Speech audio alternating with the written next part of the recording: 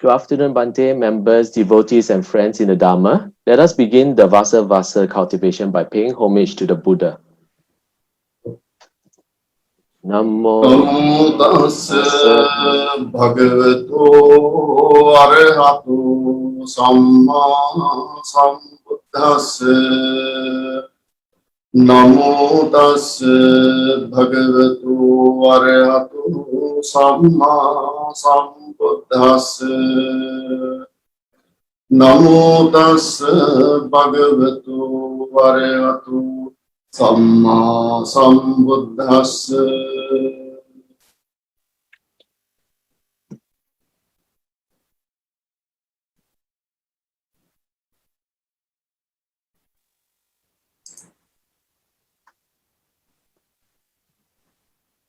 The three refuges.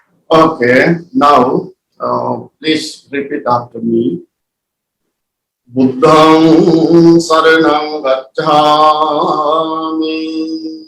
Buddhang saranang gacchami. Dhammang saranang gacchami.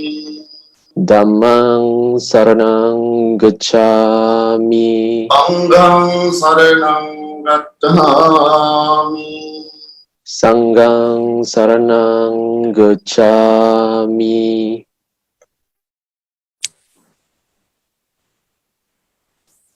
Dutiyampi buddhang saranang gacchami. Dutiyampi buddhang saranang gacchami. Dutiyampi dhammang saranang gacchami. Dutiyampi dhammang saranang gacchami. Dutiyampi sanghang saranang gacchami. Dutiyampi sanghang saranang gacchami. Tatiyampi buddhang saranang gacchami.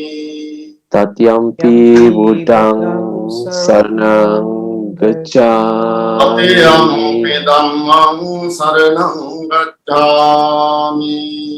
Tatyampi dhammang saranang gacchami. Tatiyampi sanghang saranang gacchami. Tatyampi sangham saranang gacchami. Panatipata veramani sikkhapadam samadhiyami. Panitipata veramani sikkhapadang samadhiyami. Adinādāna veramani sikkhapadam samadhiyami. Adinādāna veramani sikkhapadam samadhiyami. Kāmesu micchācārā veramani sikkhapadam samadhiyami. Kamesu micchācara veramani sikkhapadam samadhiyami. Musāvādā veramani sikkhapadam samadhiyami.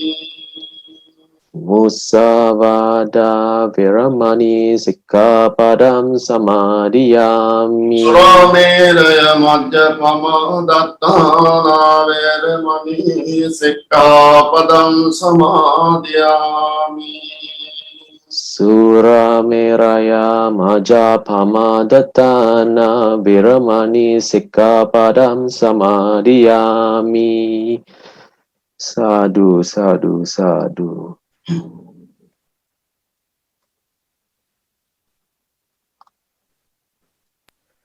Okay, dear brothers and sisters in the Dhamma, with this COVID-19 pandemic, I believe everyone agrees with me that it has brought along many challenges to our daily lives.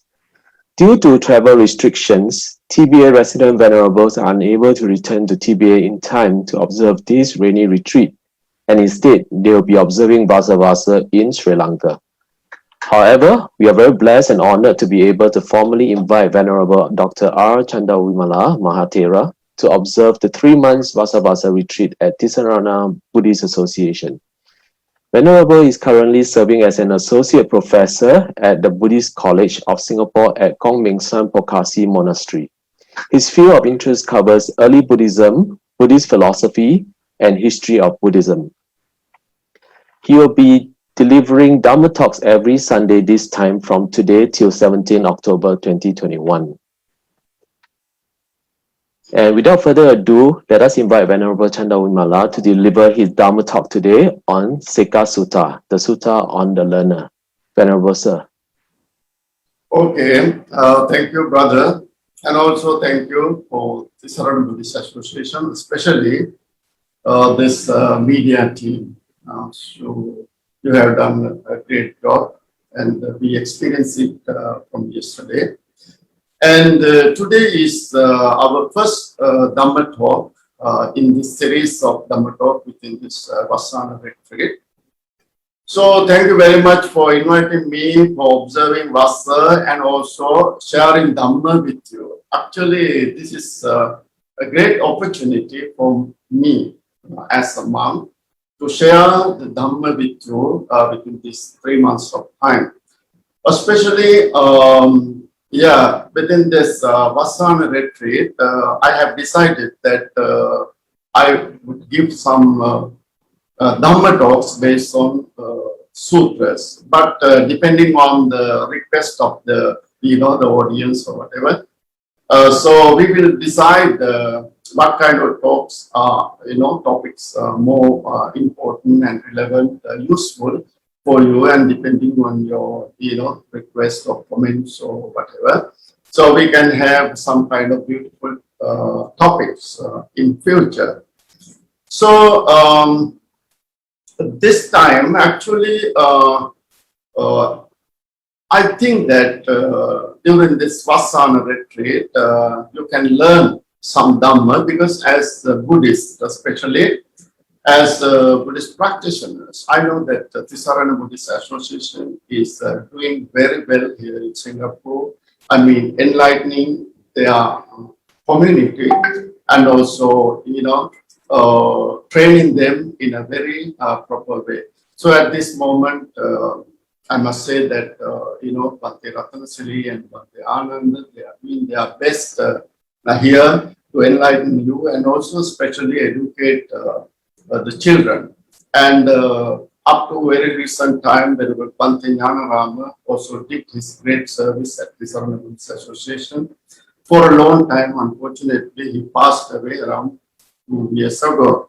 And today we remember him also at this moment. And when we come to the time to transfer merit, we can remember them all, including Venerable Bhante Jnanarama.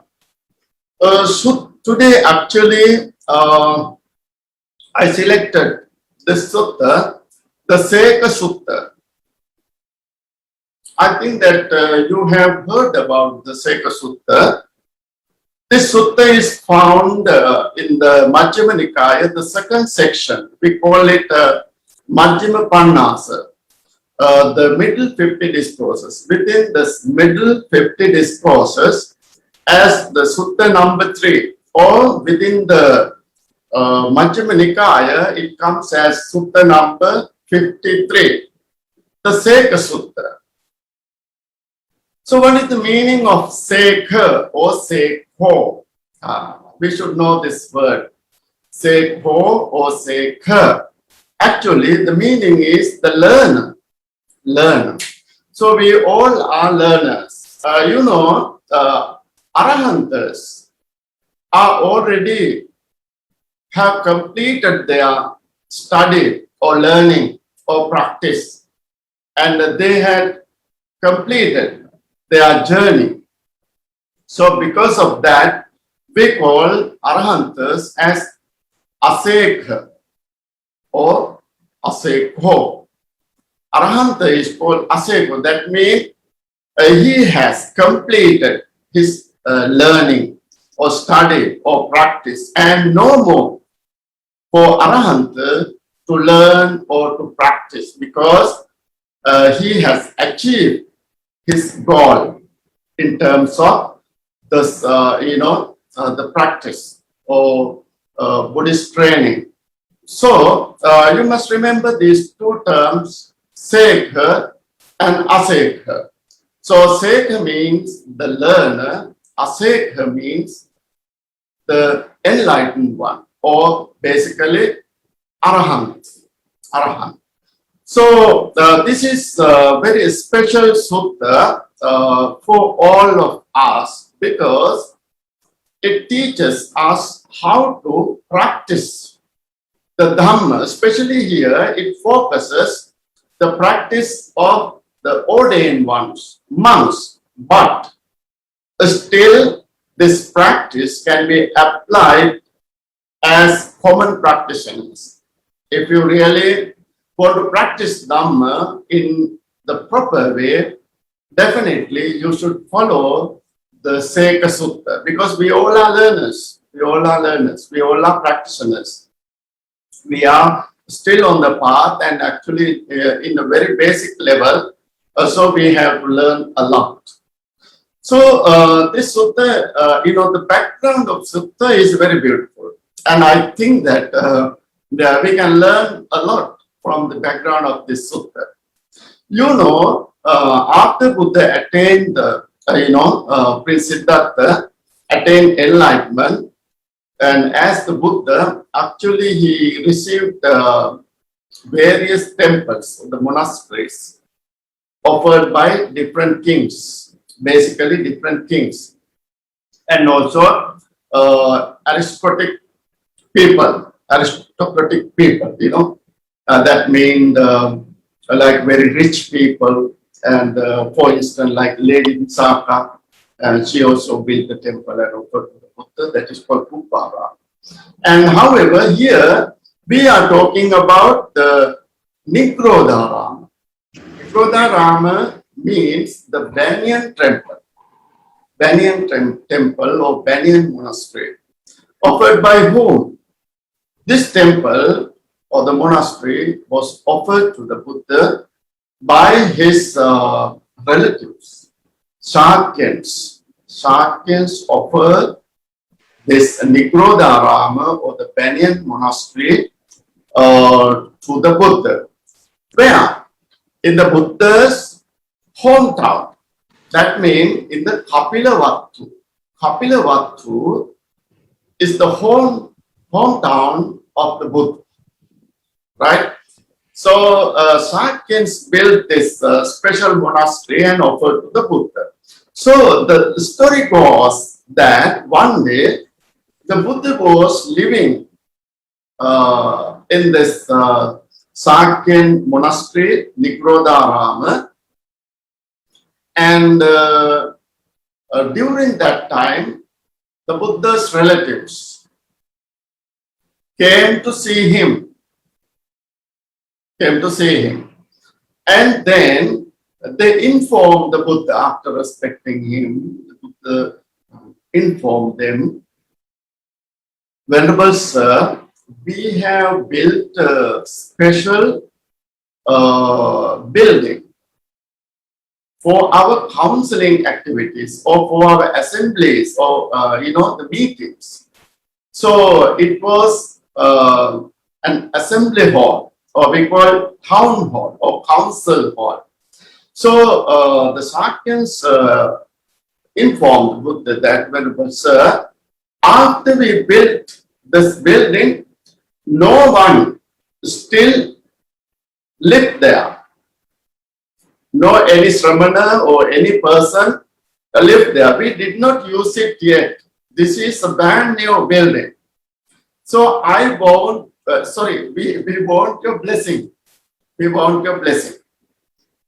Could you please accept our invitation to go and stay there for some time, or for like overnight, stay there, making it a blessed place for all of us. If Venerable Sir stays there, it will be a blessed place, and it will be very much beneficial and very much, meritorious place, especially for the welfare and happiness of the Sakyans for a long time. For a long time. So, Venerable Sir, please use it first before we use it. So, with this invitation, after respecting the Buddha, they left. And again, they came, maybe in the evening time. In the evening time, they came and also informed the Buddha again, Venerable Sir, now everything is ready there. We set up seats for Venerable Sir and also for the Venerable monks, and we had a special carpet throughout the building floor, and we set up lights, the oil lamps, and there is a very big water vessel to wash the feet, and everything is ready, Venerable Sir. Could you please, go with us to that special hall, our council hall, to make a blessed place. So then, of course, the Buddha, accepted, and also he was ready to go, and he got ready, and all the other venerable monks also got ready. And in this way, this evening time, actually, the Buddha visited this place. He went to that place. So it's a very beautiful story. For instance, actually it became a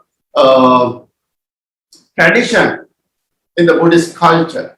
Here in Singapore also, after you, bought a new house or built a new house, you invite the venerable monks to go to your home, your house, to make it, a blessed place for you.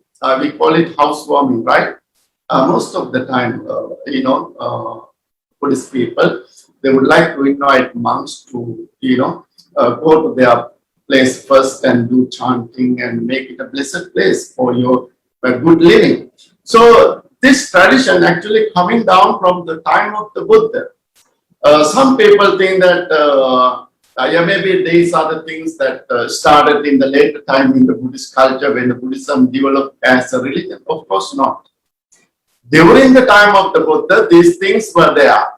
You know that when we talk to some people think that we are following only the Buddhist philosophy and no need these cultural things or, these practices or traditional things. Some people have that kind of negative thoughts about this. Actually, it was a practice, approved by the Buddha and also accepted by the Buddha, and also it was a practice coming down from the time of the Buddha. So, especially in the Vinaya Pitaka, now this is just we started the rain retreat. I will explain some stories also behind, somewhat similar to this. In the Vinaya Pitaka, it mentions like that. Normally, when the monk starts, his rainy retreat, normally we know that he stays at his temple. I mean, this residence, wherever he started to, reside within this 3 months' time. And then he thinks that, of course, within this time I should not go anywhere. So the monks in the early period, and they thought in that way. But there is a story, one devotee, actually he built a big temple. During the Vassa period, he completed it, and he invited venerable monks. Venerable Sir, could you please come to my temple and accept it? I'm going to offer this to the Mahasangha. And then the Mahasangha said, no, this is the rainy retreat period, so I cannot go anywhere, and we cannot go anywhere. So you have to wait for several months until we end the rainy retreat period. So at this time, actually, this devotee, he was a little bit upset. And then he went to the Buddha, and then he informed that Venerable Sir, why these monks are not coming to accept my monastery? They think that this is the rainy retreat time, so it is not good to go out of the temple, something like that. Then the Buddha informed the monks, you still can go during the rainy retreat. It is not a problem. You can go and accept the invitations and then do whatever the people want to do. And then the monks actually started to leave the temple even during this Vassa retreat. This is the first time that it started for monks, to do certain activities during the Vassa retreat. And not only, a temple, if people build any other buildings which is important for a temple, at least toilet or washroom for the monks. And if people, invite for the monks, Venerable Sir, could you please and accept it? And then the Buddha asked monks, of course, you can go and accept it. And then the stories are, there are some other stories mentioned in the Vinaya Pitaka. For instance, if people build a house for their own usage, and this is a very good story, so please remember this.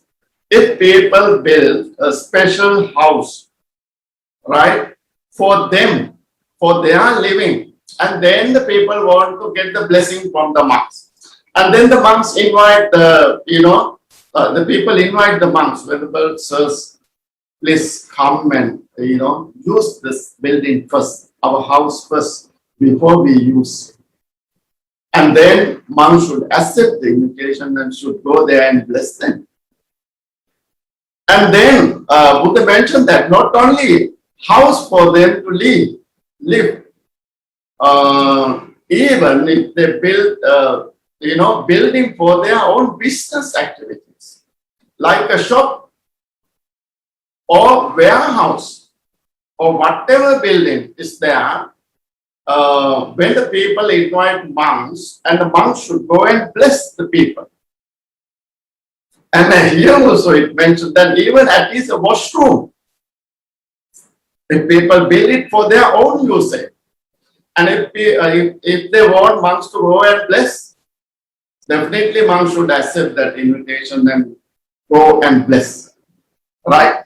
These things are mentioned in the Vinaya Pitaka. They are very beautiful stories. Here in Singapore, sometimes when we go to bless to housewarmings, and we take a blessing water vessel or cup or whatever, and we bless it everywhere, going around the following year in your home, wherever we will bless to the washroom. Have you seen? And so you think, but this I even enter the washroom. Of course, Buddha had given us permission to do so, right? So this is a very beautiful thing, and that is why we should learn Buddhism. And some people consider that these things are rituals. Actually, not Buddhist philosophy or whatever. Actually, ritual, these good practices and philosophy should go together. We call Ti-Sarana, and the good conduct and the Dhamma, the philosophy, should go together, right? So we should follow this, Dhamma together with all these good practices. I remember when I see some people here, even I have visited your, homes with bhantes and blessed your home, homes, sometime. So we have done that practice. So this is a very special practice mentioned there. And not only that, even if you have a wedding for your, son or daughter, whoever, and then the people invite monks, Venerable Sir, could you please come and bless my son and daughter? In the Vinaya, it is mentioned like that. In the Vinaya Pitaka, even not in the sutras, right? Then the monk should go and bless son or daughter, or they live with everybody. And in this way, there are many stories actually mentioned related to this kind of special blessing. So now you know that when the Sakyans built that council hall, they invited Buddha. Now we go back to the story of this Sekha Sutta. So after Buddha reached there, actually, he washed his feet and entered the hall. And in this hall, actually, there was a pillar in the center, and Buddha sat near there by that pillar and facing the east. And then venerable monks also entered, right? And then they also sat down. Actually, they sat down western side by the western wall and facing east. Now Buddha is sitting like this, like now I'm facing you, and the venerable monks were behind the Buddha, facing the east. And now after the venerable monks came and sat down, and now the Sakyans also entered the building. Where did they sit? They sat on, by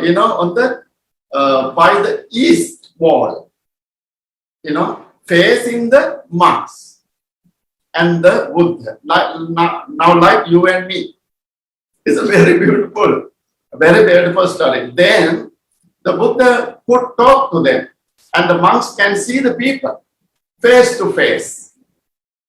Right? This is a very, very beautiful story mentioned there. After that, actually Buddha talked to them for a long time.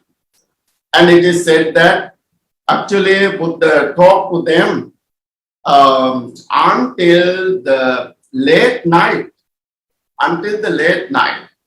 It is said that into the deep night Buddha talked to the Sakyans. But however, in the sutta, it doesn't mean that what the Buddha really talked to the Sakyans. And after talking for a long time, right, and Buddha had a back pain, according to the story.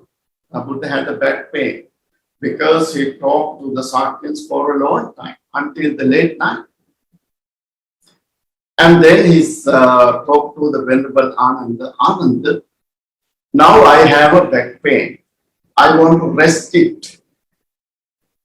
Could you please continue from here and teach these people about the discipline in higher training, or how to practice the Dhamma in the higher sense?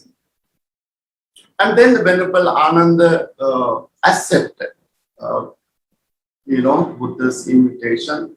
And then he said that, okay, Venerable Sir, I will teach them. So, then actually the Buddha left and he had a rest. And Venerable Ananda started to talk to the Sakyans. And Venerable Ananda mentioned that Sakyans, talking to the Sakyans, actually there was one Sakyan, his name is Mahanam. Mahanama Sakya is a very important person, and there is one sutta also called Mahanama Sutta. And he visited the temple many times. One day we can discuss about that also. It's a quite interesting sutta, but quite a small one, but very important. So, however, talking to the Sakyans about this special practice, especially for the true practitioners, especially for the ordained monks. But it doesn't mean that you cannot follow it, of course can. That's why we teach it. And So Venerable Anand explained that if anyone follows the path, the first thing that one should do is to be virtuous. That is the most important thing. To be virtuous is the very important thing. So it says that Sila Sampanno Hoti. Sila Sampanno Hoti. The practitioner, either a monk or a lay person, should be a virtuous one. For instance, for the monks, actually, the monks have the monastic code, Patimokkha Sila or Pratimoksha Sila in Sanskrit. So the monks should follow that. For instance, if we talk about lay people, the lay people should practice the 5 precepts, or occasionally you practice 8 precepts, right? In that way, you should follow the 5 precepts basically, and whenever you get the chance, you should practice the 8 precepts. And then how one should practice it? Actually, being away from also even the slightest bad deed, being away from any kind of all bad deeds. So we try.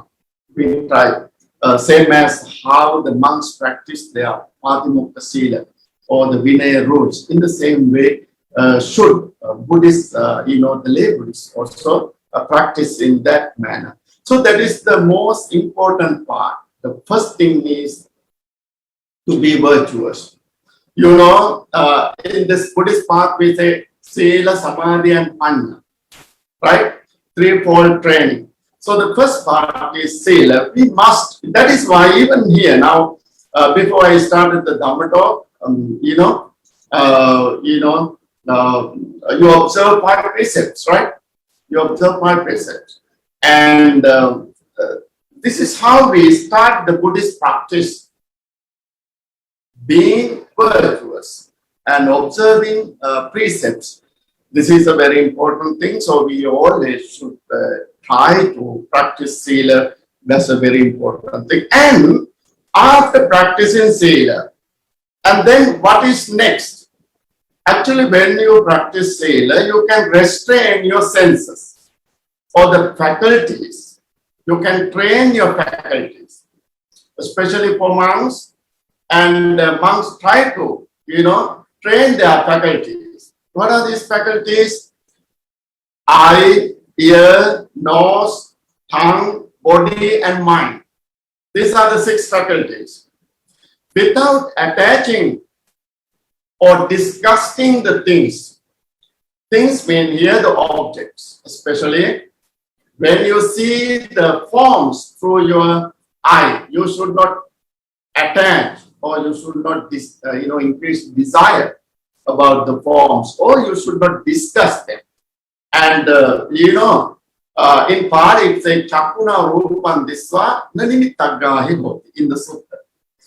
After seeing the forms or the objects or any kind of external things, and you should not make any kind of knot on this. That means the things which lead for you for the attachment or disgusting, or disgust.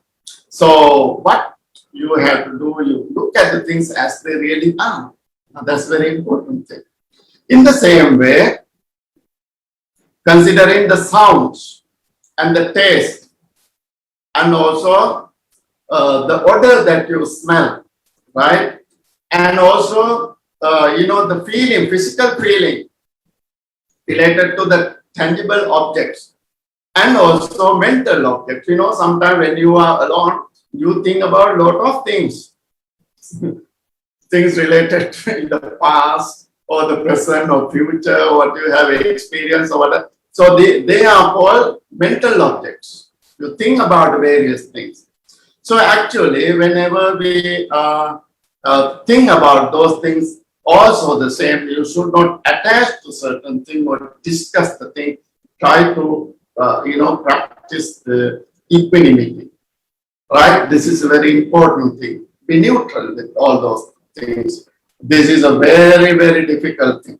of course. Otherwise, it is not required to have a training, a special training, right? So why we should have a training? Because it is a very difficult thing. So here, especially for the monks, actually more than the other, because the people always look at the monks and they want to check whether, they are having, following the Vinaya or all these things. That's why monks have to be very careful about it. And because we have entered the path in order to, attain enlightenment and to, get rid of this samsara, even quicker than you. That's why the monks have renounced their life. When they enter the monastic order, we have a special statement that we say that I enter this monastic order in order to, cut down all my defilements and also to get rid of the samsara. So with that thought, we entered the monastic order. So anyhow, that is why people always, want monks to follow the rules properly. So here, the Buddha, the Buddha's teaching, within this Buddha's teaching, the restrainments of the senses are extremely important. Venerable Anand explained that, of course, the restrainments of your objects are extremely important. And also, next one is very special for all of us. Moderating eating. Moderating in eating. It is not only for monks and for each and everyone. We have to be moderate in eating. So, especially, in terms of monastic life, it is mentioned that actually the monks are taking their food not for playing, or for any kind of intoxication, or not to look beautiful, right? Nowadays, there are various types of food that you eat in order to get the beauty, right? And you select certain food. Of course, good health is something different. Yeah, we even for monks and anyone, right? Good health is important, and we should select healthy food. This is very important. I mentioned here another story also related to it. When a monk observed Vassa retreat, and there are a lot of things related to the food.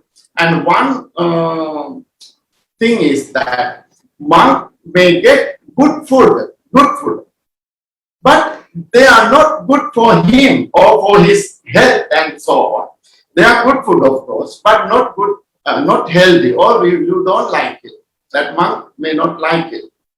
And if every day you get the same thing, and the Buddha had given permission for monks, even within the Vassa retreat, this monk can leave that monastery and go to another place and stay there. He does not break the rule, It does not break the rule. So, and because our health is very important. People may offer good food, but still that food is not good for that monk. And then he can go to another place and live there and continue his vassa. Understand? So food is very important for all of us, but especially monks are taking food not for play or intoxication, or that means intoxication here means to be happy with the food, right? To show off yourself. Nowadays people want to show off their body, right? Monks are not. Monks cover their body nicely and beautifully, and we don't have that kind of intoxication, right? And then not for the beauty, right? So why monks are taking food? Just for surviving or keeping good health. So this is what I mean, for what monks are taking food. And this is very important for all of you as well. Whenever we select food, actually you have to be moderate in eating and select whatever good for you, healthy for you. and also not wasting food and so on. There are a lot of things related to taking food in Buddhism, right? So moderating eating is very important. That means not having greedy to eat certain selected food. Whatever, good food is there, you always would go for that. Or very expensive food or difficult to, get. And you should not always look for those things. And eat something which is healthy or good or easily can get, or it's, in a simple way. A simple way means it's not like eating very less and not spending money for food, and not like that in Buddhism. You should eat, to feed yourself and to, refrain from your hunger, and also to get, health or to be healthy. So this is very important thing. And now we go to the next one. This is very important for all of you. Now, do you feel sleepy? After listening to me, now how many members are there? Around 25 members are there. So actually, we have to be wakeful. The wakefulness is very important, to practice wakefulness. Sometimes, even in the morning, daytime, or evening, or in the night time, actually we always feel sleepy. We call it Ti-Sarana, right? Yeah, that means sloth and hope. Whenever you learn Abhidhamma in the Dhamma school, right, at Ti-Sarana, you learn related to this, 5 hindrances, sloth and hope. Yeah,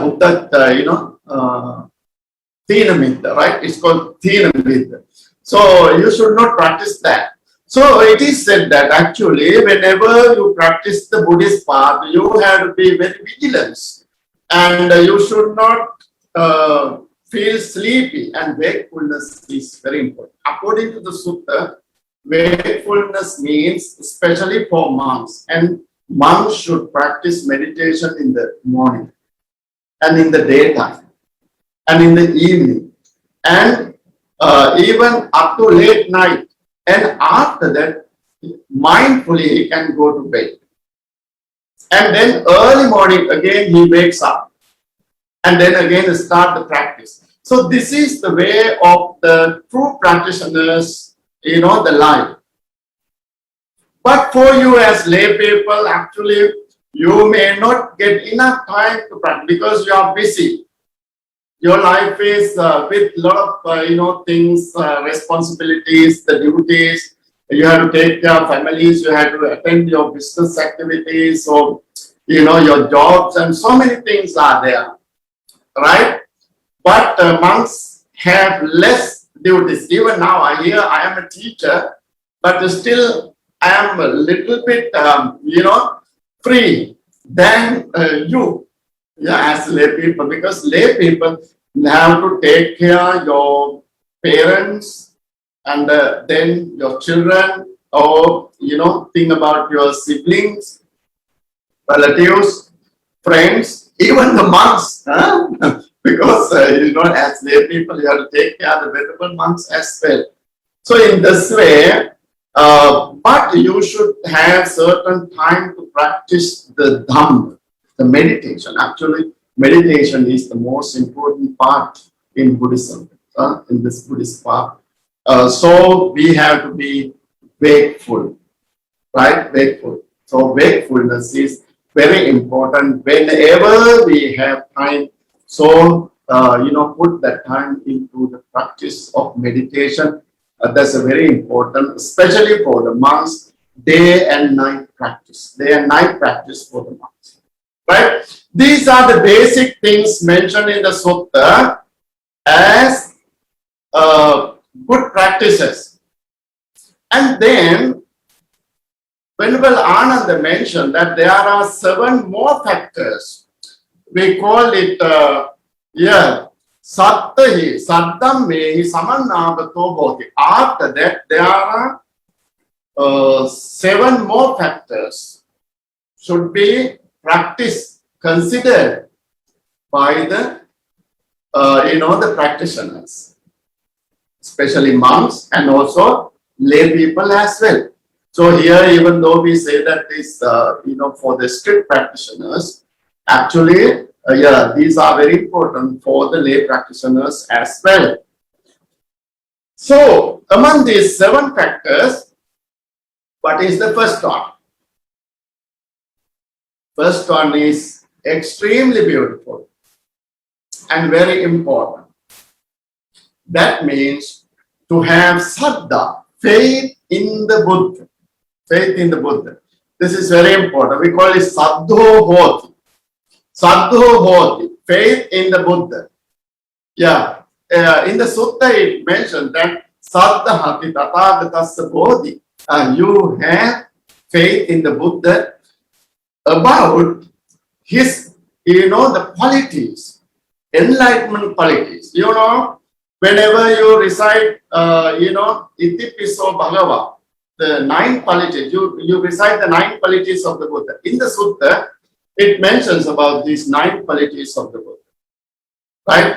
Arahant Samma Sambuddha, he is the worthy one, fully enlightened one, and so on, so on. You recite it every day whenever you, do puja. So this is very important. That means Buddha is our teacher. Buddha is our leader. And we are following the Buddha. That is why you go for the refuge of the Buddha. So then you must have faith in the Buddha. You have sattā. This is very important. Maybe, if I get a time, one day I will give you a talk on sattā. Some people think that why sattā? You go to temple and arrange flowers nicely, beautifully. Some people think that, no need this thing. But this is very wrong. This is very wrong. You have to arrange the flowers in a very nice, beautiful way. Offer these beautiful things to the Buddha. Whenever you prepare puja, I know at Ti-Sarana Buddhist Association, everything is perfect.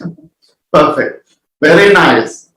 Very pleasant to see your arrangement of the puja, the flower, and everything. I always admire it very much. Last time, one day I told you, Ti-Sarana nassa. Yeah, Ti-Sarana nassa. One day I gave you a special term. You have this Ti-Sarana, the quality. So, this faith is very important. This faith is important. All these things you do because of the faith in the Buddha. We all are here. Bhante is just born in Sri Lanka. I was born in Sri Lanka. You were born here. But we are from very far away places. And how we came together? Because of the Buddha. Nothing else. Nothing else. So why, how we became friends? Because of the Buddha. Why we are delivering the Dhamma today? Because of the Buddha. So Buddha is the first factor, the most important factor here. So we must have faith in the Buddha. This is very, very important. Saddha. Saddha in the Buddha is very important. Of course, saddha in the Triple M. But in the Sutta, it mentioned that you must have faith in the, because whenever you have faith in the Buddha, you follow the Dhamma. So faith is the most important thing. I know that Ti-Sarana people, right, the devotees, the members, extremely devoted. You're extremely devoted. I'm very happy to see you all because of the good training given by the Bhante to all of you. So this is a very good quality that you have to develop. Now we will move to the second quality. This is also very important. It's called Hirima hoti. That means you have to be, shameful to do bad things. That means to be ashamed to do bad things. This is very important. There are many people everywhere in the world, actually they don't have any shame to do bad things. They may do any bad things, right? If any person is practicing, this, actually his life is, what you call this, is bane, or his life is a kind of problem, right? It's a misfortune for many people, not only for him. So what we have to do, we have to, shame to do bad. We should be away from that. So in the Abhidhamma, I remember, shame to be bad, we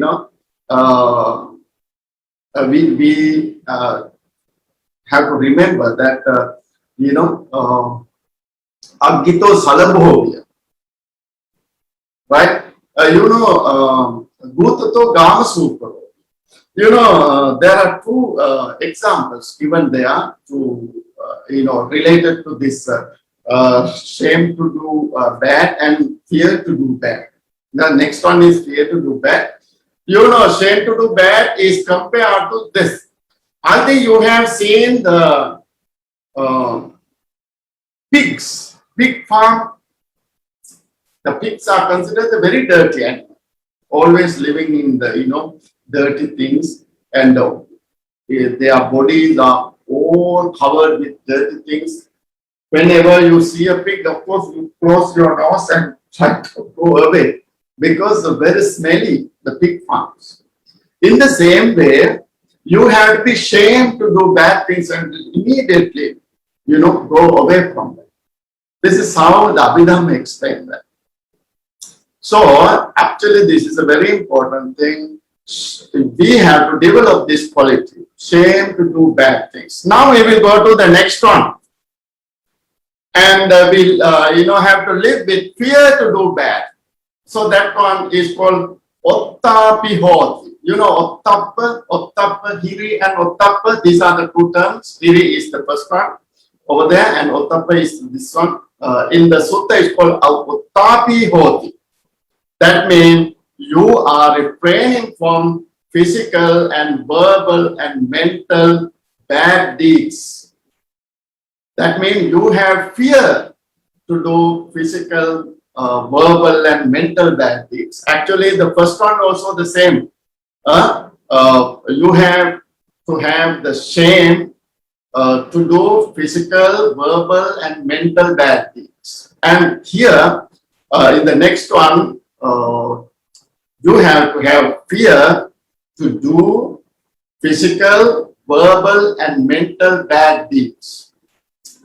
In the Abhidhamma, the example is like this. Aggito Salabhovya. In the past we used the lamps. Yeah, we use the oil lamps. And nowadays we most of the time use a candle, right? And whenever you light up candle, a lot of insects, right? Moths come to the flame. And then what happened? After immediately coming and they touch the flame and then burn and die. In the same way, if we do bad, we also have to face that kind of situation. So you have to develop fear to do bad things. In the same way, after seeing that moth or the insect attaching into the, for them, the flame is beautiful. And then they come and, they attach to it and finally die. After seeing these things, we have to understand that actually doing bad things is very, very bad. So we have to develop fear for that. And now, since we have limited time, and then we'll go to the next one. Next one is very important. Now we are having Dhamma talk. Why? In order to develop your Dhamma knowledge. So here it mentioned that actually you have to be Bahussutta. We call Bahussuto Hoti. Bahussuto Hoti. That means learning much of the Dhamma. Learning much of the Dhamma. You have to learn the Dhamma very much. That is why you have Sunday school and you have Dhamma talks on Sunday and the special talks and so on. Learn the Dhamma because we are here as Buddhist followers to learn the Dhamma. Right? After learning the Dhamma, we can practice it properly. Practice without learning is barren, right? Practice without learning is barren. Learning without practicing, no, practice without learning is blind. Sorry, practice without learning is blind because we don't know what to practice. First we learn. So practice without learning is blind. And learning without practice is barren. You know, we learn so many things and, you know, sometimes we argue with each other.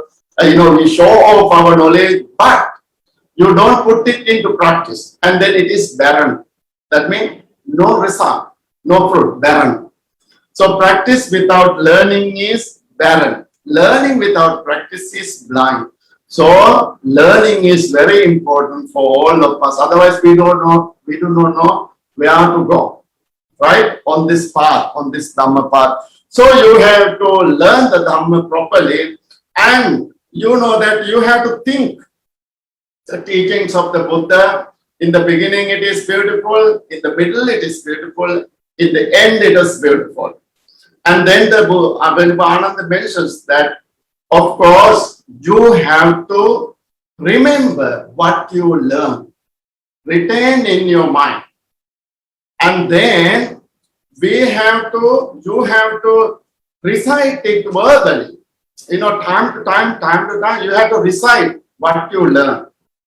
So it is not for the Dhamma learners, for any kind of other learners, even for your children. After they learn something at the school or whatever, again and again they have to, you know, think about it. Verbally you have to, you know, recite it again and again. And also investigate into it, look into it. What is the meaning of this and that? Sometimes we learn a lot of things, but we don't know the meaning. You know, you learn very big Pali terms or some kind of very special terms, and you remember it, but you don't know the meaning. So you have to look into the meaning, investigate the meaning. That is very important. In your mind, you have to think about that. And then finally, you have to realize it. So this is the Buddhist way of learning. How to learn? First you learn it and remember it, and always you have to recite it verbally, and then you have to think about it, investigate the meaning about it.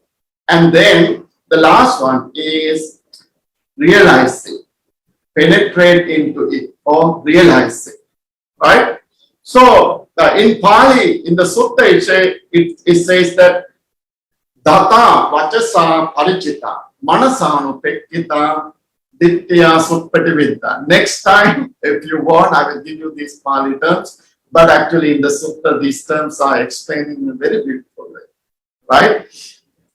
So this is the, objective of learning. First, learn, remember, and recite it again and again, and look into the meaning, and finally understand it or realize it. In Buddhism, we also say that's sunata dhareta charata. Listen, remember, and put it into practice. You know, whenever we talk about the learning, you know, as a teacher, when I learned the, teacher training course, we learned there was one, I think American or England education philosopher, Piaget, Jean Piaget or something. Right? He taught about 3 aspects of learning, right? Cognitive domain, affective domain, psychomotor. Have you ever heard about this? Cognitive domain means, or cognitive, aspect. You learn the things properly. Affective domain or affective aspect. That means, according to your learning, you must have a changing within yourself, transformation.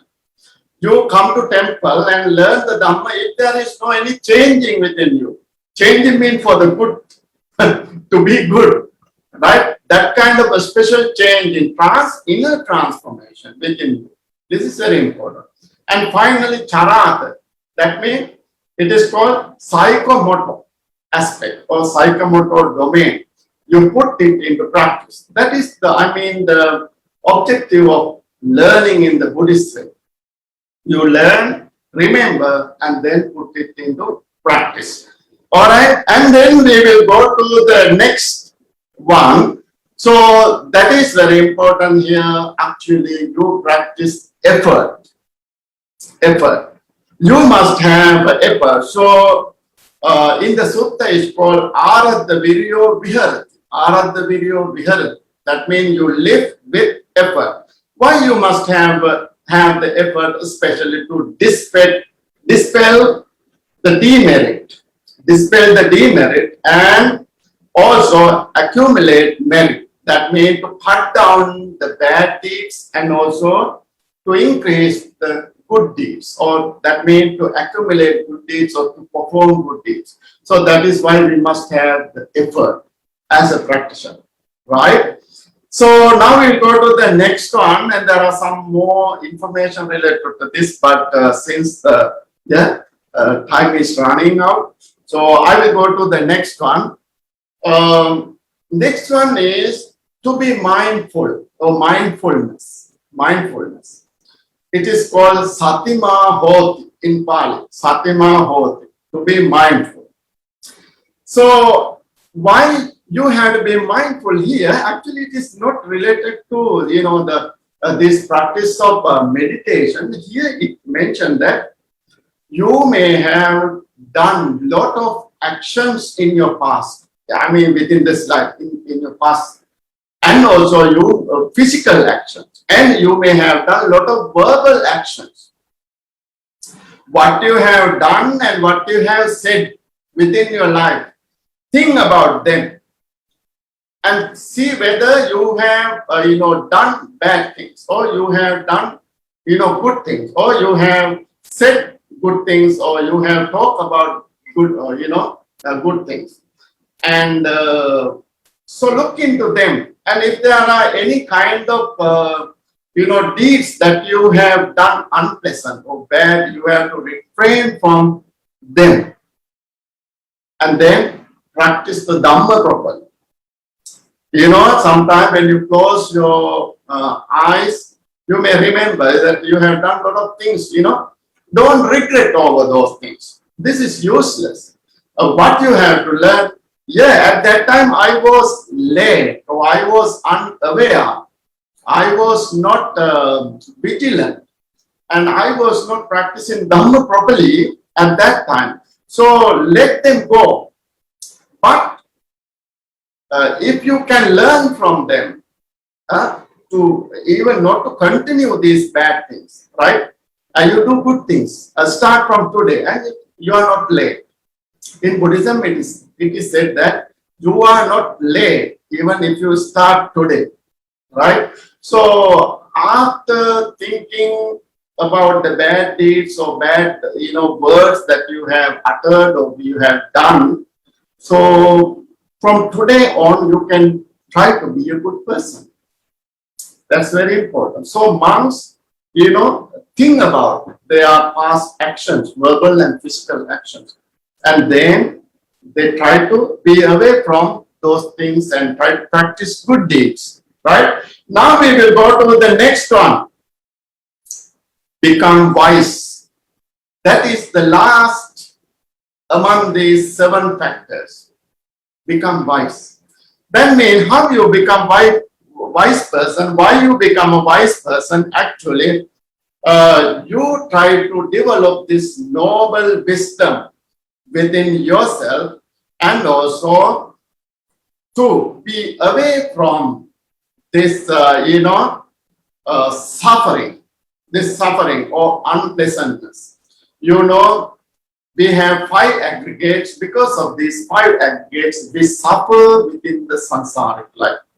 So we try to understand about these 5 aggregates, and then we try to stop this suffering, and then try to realize the Dhamma, the truth. Right? That means actually really your wisdom is here to realize the Dhamma as a true practitioner. Right? The 5 aggregate, the suffering of 5 aggregates. Right? These Panchakhandhas, right? Panchaskandhas. So you try to understand about yourself.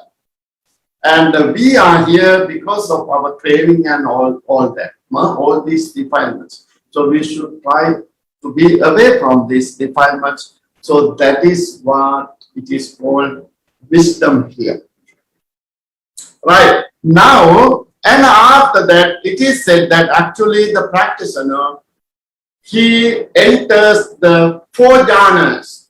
Four jhanas is a very special topic here, and then, we must have a different topic to talk about that, four jhanas. And he experienced four jhanas.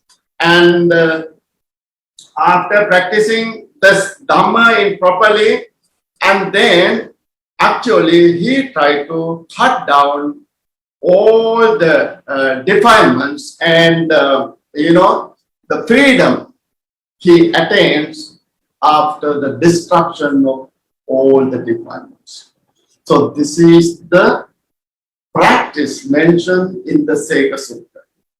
Right? So the certain qualities here that we have discussed, actually you have to, you can, apply into your life as a Buddhist.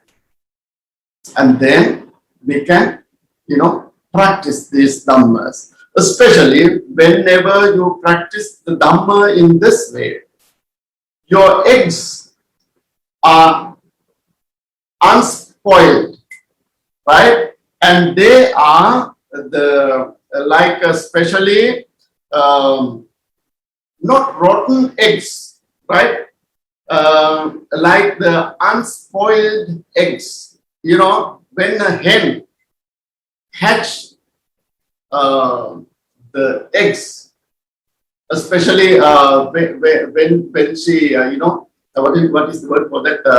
Whenever the hen, protects her eggs, and if she does not, protect this egg properly, and then there won't be chickens coming out of the, no good hatching is there. But if you, protect these eggs properly, and then, of course, the chickens come out of the, egg break in the shell properly, correctly, and using its beak and the claws. The Venerable Ananda mentioned like that. So it is something like that. Here he brings the, special simile. He says that whenever a chicken, the hen especially, whenever the hen protects her eggs, and after some time, the baby chickens will come out of the eggs, breaking the shell through their beaks and claws. The hen doesn't want to be, worry about the chickens if she protects the eggs properly. Understand? Yeah, that means actually if the practitioner properly practice the Dhamma or practice the path, nothing to worry. That means result is already there. Result is already there, and he can achieve the result in the same way that when the hen protects her eggs properly, and then she will have beautiful chickens. They will come out from the eggs. That means your practice is compared to good eggs, unspoiled eggs. And then you no need to worry. There will be good chickens. That means here good chickens mean your enlightenment is there. You can achieve your result as a result of this true or correct practice. So these are actually the things explained in the sutta according to this we call it Sekha Patipada. Sekha Patipada, the practice of the learner. the practice of the learner, or the step-by-step practice of the learner. So here I'm going to conclude this Dhamma talk today, and there are some more little things also just explain about the enlightenment and all those things there, but I think the things that you learn up to now is more than enough today. So this is a very special sutta, the Sekha Sutta, because we all are learners. We all are learners. We learn day by day, moment to moment, and we are exploring our knowledge in the Dhamma. Exploring our knowledge in the Dhamma as practitioners or the learners. So we must learn the Dhamma properly and then put it into practice. That is the most important thing here. So now it is 1:45. I have taken 15 minutes more, right? Now, last time actually they asked me to give the talk for 2 hours or something. Then I said that 2 hours maybe that's a little bit more. So we will have 30 minutes at the end of the session for Q&A. Q&A practice. So if you have any question, so you can send it to our brother Chittaka and Kanchana and all our media group here. They are there and they are doing excellent work. So if you have any question, then you can send it through the chat box. So I don't know whether you can directly ask. Maybe better you send by as a message. Thank you very much, Bhante, for your enriching Dhamma talk. We do have some time. We can actually open to the floor for question and answers. Those devotees, brothers and sisters who are on Facebook, you can actually type it into the Facebook chat. We'll try to consolidate, and if possible, we'll voice out your questions on behalf. Yeah. Okay. So anybody has any questions? Yes. If you have any question, then this is the time for you to ask the question. Today, actually, this is my first online Dhamma talk for you all, and we all are friends, and you are our devotees, and then in the friendly manner, just explain the things to you, not exactly following the very, very traditional way of giving the Dhamma talk. So, yeah, we are open here, and if you have any question, of course, you can ask. Yes.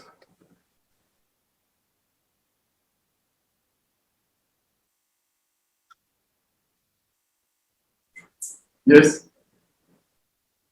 Are there any questions written down or sent in the chat box? Not at the moment, Bhante. Okay. So on Facebook, there were also no questions posted. Okay. So from Zoom, we also do not have any individuals raising their hand. Okay, that means they have very well explained, Bhante. Okay, I think we have one question. They have understood everything. So Bhante, we have one question now. Maybe I will also request Sister Suzy Lee to unmute yourself. She has a question, I think.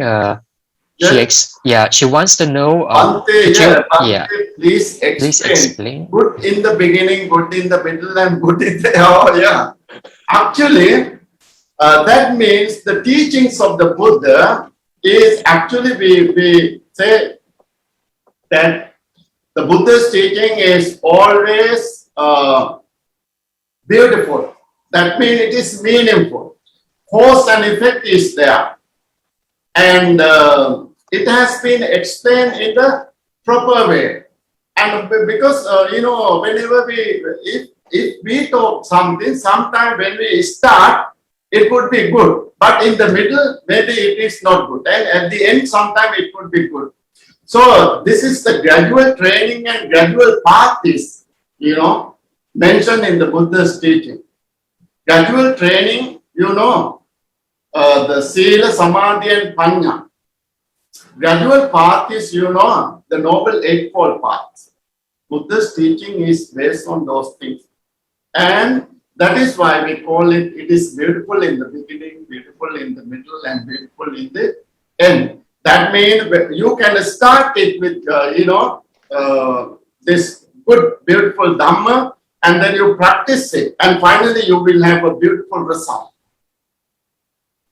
Right?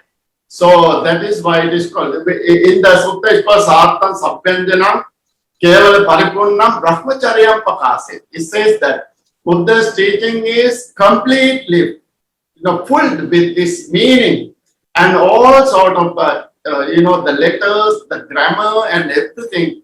And finally it leads to the realization of the truths. So that is why it is said that in the beginning it is beautiful, in the middle it is beautiful, and in the end it is beautiful. Yeah. Okay. Any other question? Yes, Bhante. Brother Melvin has a question. Oh. Yes, Brother Melvin. Thank you, Bhante, for this Dhamma talk today. Okay, thank you. Just one question. I mean, earlier on you were mentioning about the 7 good qualities in this sutta. Yeah. The first one, you was mentioned that faith is one of the good qualities. Yes. I just want to ask Bhante whether can Bhante explain a little bit further, in the sense that, faith, people can sometimes be miscued as blind faith. But here in this sutta, they mentioned, of course, the stanza where you recite the Blessed One, the question. But how do we put into practice? Yeah. The first thing, yes. Of course, this is called in Buddhism, we have 2 types of faith. We call blind faith. And the other one is actually the true faith. Right? And here it talks about actually having the faith in the Buddha. So in Pali we call it amulika sattā, the blind faith. And then we have this, ākāravati sattā, or is the true faith in the Buddha.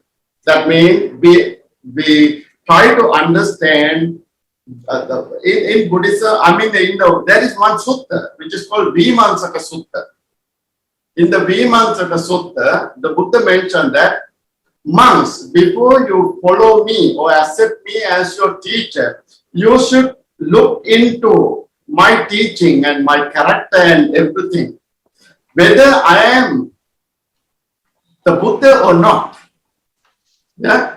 And after observing and after investigating about me and my teaching, and then you can keep have faith in me. It doesn't mean that we just after looking at the Buddha and because of his beauty and all that, we are not following, we are not having faith in the Buddha. And so we must have, faith in the Buddha after knowing about him, after investigating about him. It doesn't mean that after realizing the truth, of course, no. First, you must have a certain initial understanding about the Buddha and his teaching. And then after that, you can continue this faith. So, faith is very important here because faith plays a very big role here to follow the paths. It doesn't mention as a factor in the Noble Eightfold Paths, but actually it's a very important factor in Buddhism. And under there are many, many categories of the Dhamma. Faith always comes as the first one, right? As a Buddhist. Now I mentioned about the Mahanama Sutta and Venerable, Ananda talked to when, the prince, this Sakyan Mahanama. And one day Buddha talking to him, he mentioned that actually faith is something very important for a lay Buddhist practitioner. Sattā, Sila, Sutta, Chana, Panya. These things. Sattā means faith. Sila means virtues. Sutta means learning the Dhamma. Chana means generosity. Panya means wisdom. These 5 qualities. And if any Buddhist is endowed with or having these 5 qualities, he can be a true Buddhist. And he can follow the path. And he doesn't want to worry about his next birth as well. Immediately after his, this life, he will have happy births. So this is very important. In the same way that after you taking a pot of ghee or oil into water, you break the pot. And then what happens? The pieces of this pot will go down and immediately the ghee will come to the surface of the water. In the same way, that means you will have a beautiful rebirth if you have these 5 qualities within you, and the faith is the first one. And whenever you talk about the 7 noble treasures and all that, and this faith comes as the first one. And also, whenever you listen to the Dhamma, also faith is important. Buddha mentioned that in the Sekha Sutta, as I remember, Saddha Jato Upasampanati. Because of Saddha, you comes to the temple, associate the monks. Saddha Jato Upasampanati, Upasampanto. After that, you associate the monk and pay your ears to the monk, listen to the Dhamma and become happy and follow the path. Even to be a monk, you must have a faith. Understand? Yeah, I understand. So Thank you, Bhante. Yeah, Thank you. yeah. Thank you very much, Bhante, and thank you, Brother Asoka, for the question. I will now mute you. Thank you, Brother Asoka. And Bhante, there is a question from Sister Michelle on Facebook. So the question is, if one has done a misdeed due to lack of hiri and ottappa, how can one rectify and reduce the effect of bad karma? I have also posted on the chat. If one has done a mistake due to lack of hiri or ottappa, how can we rectify reduce the effect? Oh, yes, of course. If something done is done, understand? And we cannot bring it back to normal or whatever. So let them go and don't regret over all those things. What we have to do is be aware of this moment. And from this moment on, try to do, good things. Even though you repent or cry or worry or whatever, actually all those things may not help you to be a good person or to be happy. So of course, Buddha mentioned that sometimes people, because of their ignorance or whatever, here she mentioned that about the lack of shame or fear or whatever, one may do bad. But the Buddha mentioned that if he understands that, of course, if he realizes that he or she has done this and that badly or bad things, and from this time on, he can come to a correct path and follow the Dhamma. In the same way that the moon comes out of the dark clouds. The moon is sometimes covered with the dark clouds. And our past would be like darker. And now the clouds are moving out and the moons come out, right, out of the clouds. And in the same way, then, you can shine the world, not only yourself. If you recognizes your faults or weak points or whatever, and then from that time on, you can carry on. The good deeds. And then you can be a good person, not only good for yourself, and your, good character or good practices will be, useful or effective on the others as well. Referring to Venerable Angulimala, Angulimala, the one who killed many people to make his finger garland, and referring to his, transformation. Buddha explained, delivered this stanza. So don't worry about what you have done in the past. Of course, But if you do more and more good, and then definitely, yeah, you will experience the good result of this, and even you will have a good births for all those good deeds, right? Yes. Thank you very much, Bhante. Yes. So it's very similar like the water in the Ganges Yeah, River yeah, and a yeah. glass of water. So the water in the Ganges Actually, I River. wanted to explain that, Right. I think we have the same time. I didn't. Thank you very much, Yeah, Bhante. very good. Bhante, we do have another question from Facebook by Sister Teresa. She asks, how can one cultivate to become a Sotapanna? Yes. How can one cultivate? Of course, that is, of course, based on your own